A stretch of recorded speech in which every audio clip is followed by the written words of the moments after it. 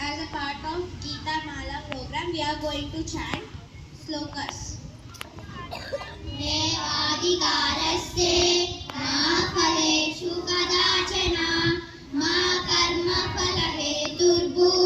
मा ते सङ्गोऽस्तव कर्मणि योगकर्मसु कौशलम् उदारेदात्मानमात्मानं नात्मानवसादयेत् आत्मैव ह्यत्मानो बन्धुः आत्मैव रिपुः आत्मः अभ्यासेन तु कौन्तेय वैराग्येण च गीयते न हि कल्याणकृत् काचित् दुर्गतिं तदगच्छति